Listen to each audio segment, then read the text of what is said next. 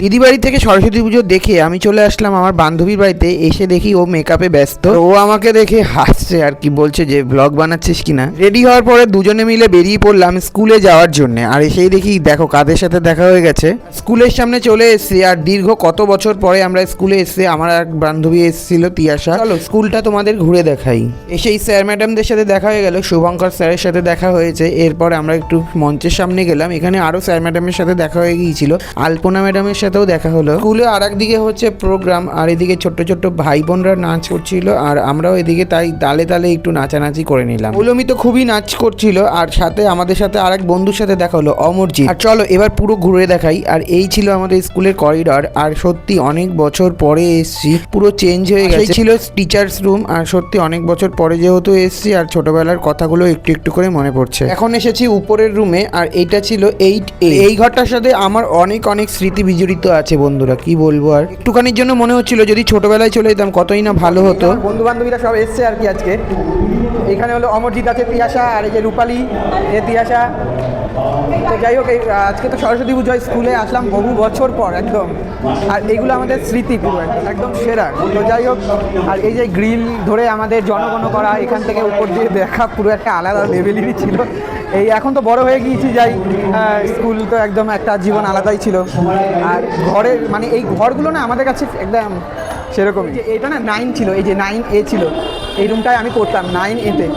একদম অন্যরকম, একদম অন্যরকম। এখন মনে হয় অন্য অন্য ক্লাস হয়ে গেছে, যে 7 না 8 লেখা। স্কুল লাইফটা একদমই আলাদা, একদমই বোঝার সব কিছু একদম বাইরে। যাই হোক, এখন তো আমরা বড় হয়ে গেছি, তাই এই বছরে একটা ইনভাইট ছিল স্কুলে আসার, তাই আসলাম। জানি না, আরও অনেক বন্ধুবান্ধবরা এসছে আমার পাশেই, আর অনেক বন্ধুবান্ধবরা আসেইনি। নিচে এসে কৌশিক স্যারের সাথে দেখা করলাম, আর এই স্যার কিন্তু আমার অনেক প্রিয় ছিল। আর সুচরিতা ম্যাডামের সাথেও দেখা হলো, এই দিদিমণিও কিন্তু আমার খুব প্রিয়। এখন গেলাম আমরা টিচার্স রুমে সবাই মিলে, আর এখানে গিয়ে একটু ফটো তুলছিলাম, আর স্যারদের সাথে দেখা করে নিলাম। অনেক বছর কিন্তু পরেই এসেছি। বাইরে এসে দেখলাম একটা ডান্স প্রোগ্রাম চলছে। ওখান থেকে গেলাম আমরা প্রসাদ নেওয়ার জন্য ক্লাসরুমে। বন্ধুরা প্রসাদ নিয়ে নিয়েছে, প্রসাদে ছিল খিচুড়ি, আলুর দম আর মিষ্টি। চলো চটপট করে প্রসাদটা নিয়ে নিই। আর সত্যি এত সুন্দর ঘ্রাণ বেরিয়েছে, কি বলবো। অনেক বছর পরই আসলি তো নাকি? আমি এসে জিজ্ঞাসা করলো সবাই প্রসাদ পেয়েছে কিনা। স্কুলের সরস্বতী পুজোর খিচুড়ি অনেক বছর পরে। না এমন বলিস না, ভালোই হয়েছে খিচুড়িটা। খিচুড়ি একদম সেরা খেতে।